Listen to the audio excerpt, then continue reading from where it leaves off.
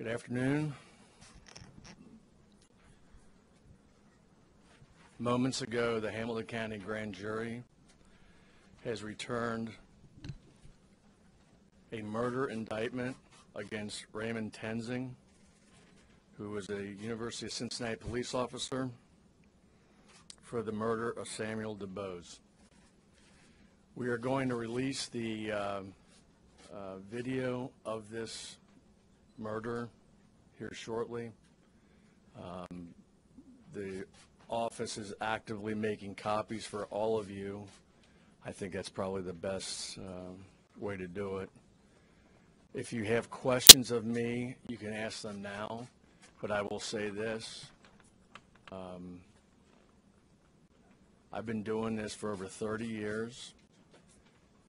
This is the most asinine act I've ever seen a police officer make. Totally unwarranted. It's an absolute tragedy in the year 2015 that anyone would behave in this manner. It was senseless, and I met with a family just moments ago. It's just horrible. Yes? Tell me what makes it murder under the law. Purposeful killing of another. That's what makes it murder. He purposely killed him. And when you say it's asinine and totally unwarranted, can you, in your mind, what contributed to a trained police officer doing something that you call asinine? He should have never been a police officer.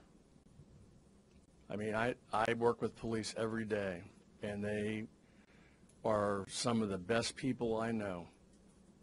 And Mr. Dubose simply didn't follow simple, non-violent commands. He was subdued.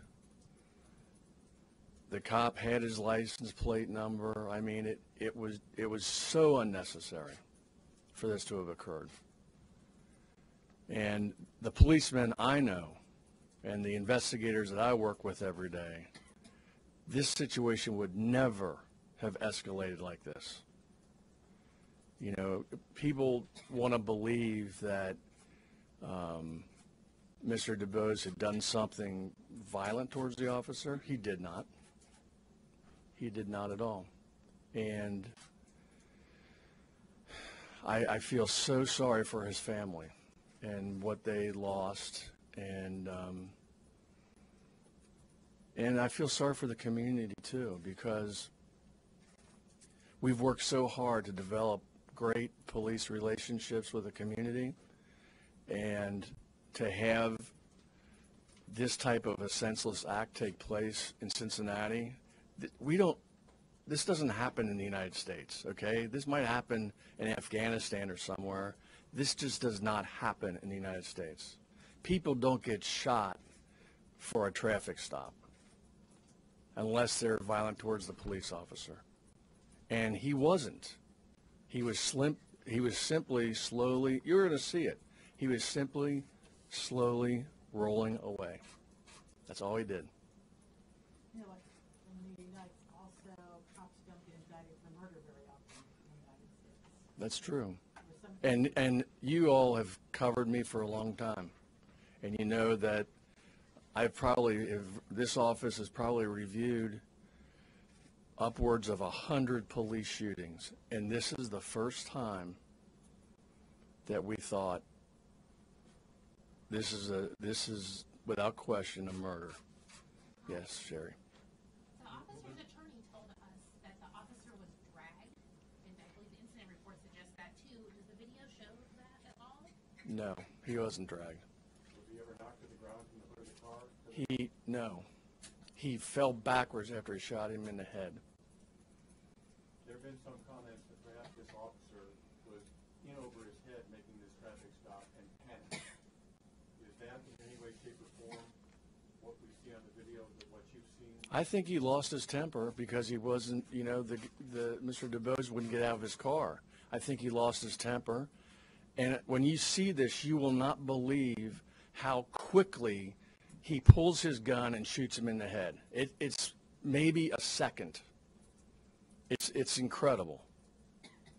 And so senseless. And again, I feel so sorry for his family. And I feel sorry for the community. This should not happen, ever. What did the officer suggest happened in his statement to the police? He said he was dragged. What did you tell his family, Mr. Dubose's family, and what was their reaction? They're in a very sensitive place right now because of their loss.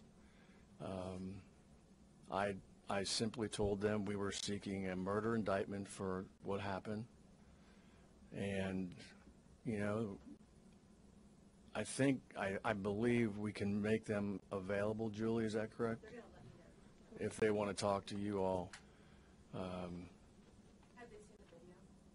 They have. Are they in the building? I showed it. Yes. Some of them. It was horrible. I mean, it's you know, you see your relative get shot in the head. It's horrible. Joe, is it going to be so horrible that the community or even outsiders will look past or not see the murder and go right to that? Are you concerned at all about what this is going to possibly cause? Well, I think that because we acted as rapidly as we could, we returned a murder indictment against a police officer. It was, and keep in mind, this is not Cincinnati. This is the University of Cincinnati. I would hope that people would, as they reflect on this entire situation, realize that we sought justice, which is my job, and did the right thing. And you know, when you all see this video, and we're going to play it here for you in a second, and we'll give you copies of it for your use. It's just senseless. It is. Didn't have to happen. Yeah, Tom. Good. Officer Kidd, I mean, backed up the story in the report for Officer We're looking at that, John. We're looking at that entire issue right now. We promised the family we would look at that. It is our belief that he was not dragged. I mean, if you slow down this tape, you see what happened. But it is a very, very short period of time from when this car just starts slowly rolling that the gun is out and he's shot in the head. I know this is a somewhat of a side issue now, maybe, but over the last week and a half, there have been so many calls to release this video early. Would you just comment for us about why you insisted that this video not be released until now, until this investigation is done? It was an investigatorial technique. I mean, we have a cop who was a target of an investigation, and he was talking.